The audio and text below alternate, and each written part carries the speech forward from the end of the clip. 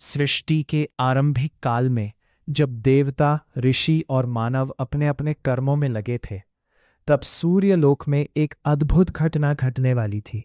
सूर्यदेव का तेज इतना प्रचंड था कि उनकी ओर सीधे देख पाना भी कठिन था। उनकी पत्नी संध्या देवी उनका सम्मान करती थी, परंतु सूर्यदेव के अत्यधिक तेज को सह पाना उनके लिए आसान नहीं था।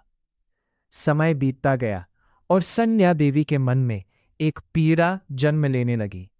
वे अपने पति से प्रेम तो करती थीं, लेकिन उनके तेज के कारण उनका शरीर और मन दोनों थक चुके थे।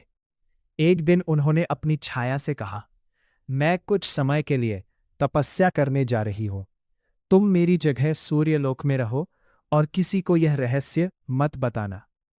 छाया देवी ने उनकी बात मान ली। संध्या देवी वन की ओर चली गई और छाया सूर्यलोक में रहने लगी। सूर्यदेव को कुछ समय तक यह आभास नहीं हुआ कि उनके साथ रहने वाली उनकी पत्नी नहीं, बल्कि उनकी छाया है। समय बीतता और छाया देवी के गर्भ से एक पुत्र का जन्म हुआ। उस बालक का रंग अत्यंत श्याम था। उसकी आंखों में एक अनोखा तेज था, लेकिन उसका चेहरा गंभीर और शांत था। जैसे ही बालक ने जन्म लिया, सूर्यलोक में अजीब परिवर्तन होने लगा। वातावरण गंभीर हो गया और देवताओं ने महसूस किया कि ये कोई साधारण बालक नहीं। उस बालक का नाम रखा गया शनि। शनि देव बचपन से ही अत्यंत शांत और तपस्वी स्वभाव के थे। वे खेलकूद में कम और ध्यान व भक्ति में अधिक समय बिताते। उनकी माता छाया उन्हें भगवान शिव की महिमा सुनाया करती थी। धीरे धीरे बालक शनि का मन पूरी तरह महादेव की भक्ति में डूब गया। वे घंटों ध्यान में बैठे रहते। कई बार तो ऐसा लगता मानो वे इस संसार में है ही नहीं। उनकी आंखें बंद होती और मन कैलाश में भगवान शिव के चरणों में होता। लेकिन सूर्यदेव को अपने पुत्र का यह स्वभाव पसंद नहीं आता था। वे चाहते थे कि उनका पुत्र भी तेजस्वी, ऊर्जावान और प्रभावशाली बने। उन्हें शनि का शांत और गंभीर स्वभाव कमजोर लगता। एक दिन सूर्यदेव ने क्रोधित होकर कहा, तुम हमेशा ध्यान और तपस्या में क्यों डूबे रहते हो? तुम में सूर्यवंश का तेज दिखाई क्यों नहीं देता? बालक शनि ने विनम्रता से उत्तर दिया, पिताश्री, मेरे लिए सबसे बड़ा तेज भगवान शिव की भक्ति है। यह सुनकर सूर्यदेव और अधिक क्रोधित हो गए। उन्होंने शनि को कठोर शब्द कहे। उन शब्दों ने बालक शनि के हृदय को तक घायल कर दिया। उस दिन के बाद शनि और अधिक मौन हो गए। वे अक्सर एकांत में बैठकर शिव का ध्यान करते। उनकी माता छाया उन्हें समझाती, पुत्र, तुम्हारा मार्ग कठिन है, लेकिन सत्य का मार्ग हमेशा कठिन होता है। धीरे धीरे समय बीता और शनि की तपस्या इतनी प्रबल हो गई कि स्वयं भगवान शिव प्रकट हो गए। चारों ओर दिव्य प्रकाश फैल गया। कैलाश की सुगंध वातावरण में भर गई। भगवान शिव ने कहा, वत्स शनि, तुम्हारी भक्ति ने मुझे प्रसन्न कर दिया। वर मांगो। शनिदेव ने हाथ जोड़कर कहा, प्रभु, मुझे ऐसा वर दीजिए कि मैं न्याय के मार्ग पर चल सकूं और संसार के लोगों को उनके कर्मों का फल दे सकूं। भगवान शिव मुस्कुराए। उन्होंने कहा, आज से तुम कर्मफल दाता कहलाओगे। तुम्हारी दृष्टि से कोई भी अपने कर्मों से बच नहीं सकेगा। तुम न्याय के देवता बनोगे। यह सुनते ही देवताओं में हलचल मच गई। सभी समझ गए कि अब संसार में ऐसा देवता आ चुका है जो केवल सत्य और कर्म के आधार पर न्याय करेगा। लेकिन शनिदेव का जीवन आसान नहीं था। एक बार की बात है, उनकी पत्नी ने उनसे कहा, स्वामी, आप हर समय तपस्या और ध्यान में लीन रहते हैं। क्या आपको मेरी ओर देखने का भी समय नहीं? उस समय शनिदेव भगवान शिव के ध्यान में डूबे हुए थे। उन्होंने अपनी पत्नी की बात नहीं सुनी।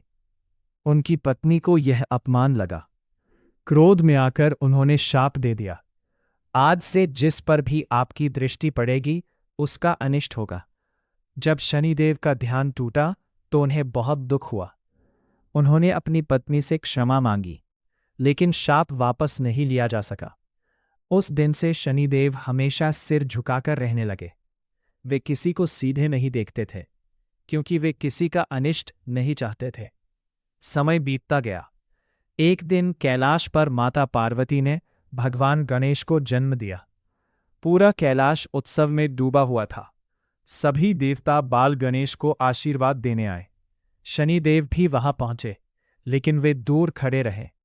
माता पार्वती ने कहा, शनिदेव, आप मेरे पुत्र को आशीर्वाद क्यों नहीं देते? शनिदेव ने विनम्रता से कहा, माता, मेरी दृष्टि अशुभ है। मैं नहीं चाहता कि बालक को कोई हानि पहुंचे। लेकिन माता पार्वती ने आग्रह किया। अंततः शनिदेव ने धीरे से बाल गणेश की ओर देखा। जैसे ही उनकी दृष्टि पड़ी, एक भयंकर घटना घट गई। क्या आपको मेरी ओर देखने का भी समय नहीं? उस समय शनिदेव भगवान शिव के ध्यान में डूबे हुए थे।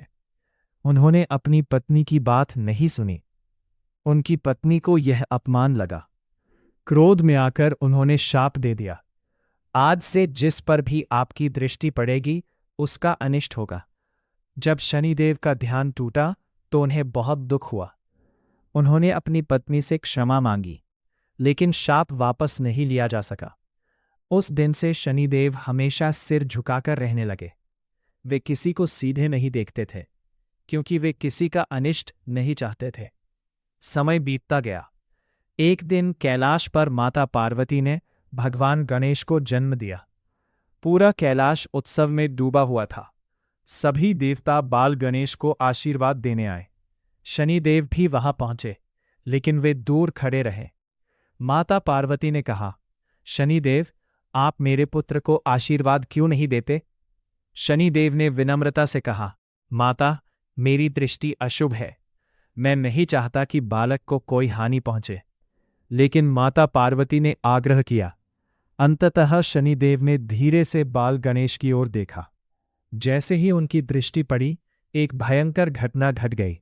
बाल गणेश का सिर उनके शरीर से अलग हो गया। पूरा कैलाश शोक में डूब गया। माता पार्वती विलाप करने लगी। शनिदेव का हृदय अपराध बोध से भर गया। वे रो पड़े। भगवान शिव ने तुरंत अपने गणों को भेजा और हाथी का सिर लाकर गणेश जी को पुनर्जीवित किया।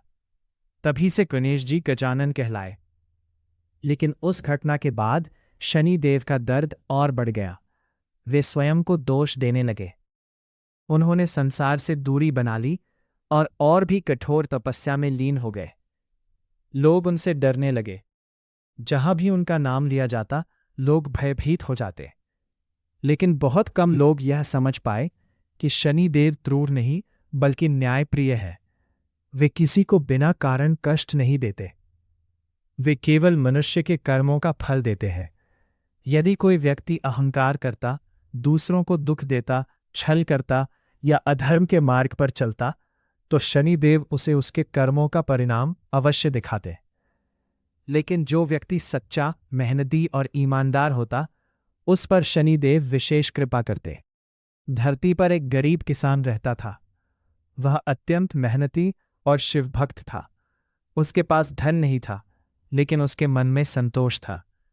गांव के लोग उसका मजाक उड़ाते थे, फिर भी वह हमेशा भगवान का नाम लेता। एक दिन गांव में एक धनी व्यापारी आया। उसे अपने धन पर बहुत घमंड था। उसने गरीब किसान का अपमान किया और कहा, तेरी भक्ति ने तुझे क्या दिया? किसान मुस्कुराकर बोला, भगवान ने मुझे शांति दी है। व्यापारी हंस पड़ा। कुछ समय बाद उस व्यापारी पर शनि की साढ़े साती शुरू हुई। उसका व्यापार डूबने लगा। मित्र साथ छोड़ गए। धन समाप्त हो गया।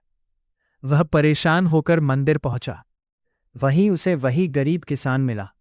किसान ने उसे पानी पिलाया और सहारा दिया। व्यापारी की आंखों में आंसू आ गए। उसने कहा, मैंने तुम्हारा अपमान किया था, फिर भी तुम मेरी सहायता कर रहे हो। किसान बोला, यही धर्म है। उसी क्षण शनिदेव प्रकट हुए। उन्होंने कहा, मनुष्य अपने कर्मों से बड़ा बनता है, धन से नहीं। व्यापारी रो पड़ा और उसने अपने जीवन को बदल दिया। धीरे धीरे संसार को समझ आने लगा कि शनिदेव दंड देने नहीं, बल्कि मनुष्य को सही मार्ग दिखाने आते हैं। जब भी किसी के जीवन में कठिन समय आता है, लोग कहते हैं, शनि की दशा चल रही है, लेकिन वास्तव में वह समय मनुष्य को मजबूत बनाने के लिए आता है। शनिदेव मनुष्य का घमंड तोड़ते हैं, उसे सच्चाई का मार्ग दिखाते हैं और उसके भीतर छिपे अहंकार को समाप्त करते हैं। कहा जाता है कि जो व्यक्ति शनिवार के दिन सच्चे मन से शनिदेव की पूजा करता है, गरीबों की सहायता करता है, पशुओं को भोजन देता है और ईमानदारी से जीवन जीता है, उस पर शनिदेव की कृपा अवश्य होती है। आज भी जब रात गहरी होती है और मंदिरों में धीमे धीमे घंटियां बजती है, तब कई भक्त शनिदेव के सामने दीपक जलाकर प्रार्थना करते हैं। वे कहते हैं, हे न्याय के देवता, हमें सही मार्ग दिखाइए, हमारे कर्मों को शुद्ध कीजिए और हमें धर्म के रास्ते पर चलने की शक्ति दीजिए। और ऐसा माना जाता है कि जो व्यक्ति सच्चे मन से यह प्रार्थना करता है, शनिदेव उसकी पुकार अवश्य सुनते हैं।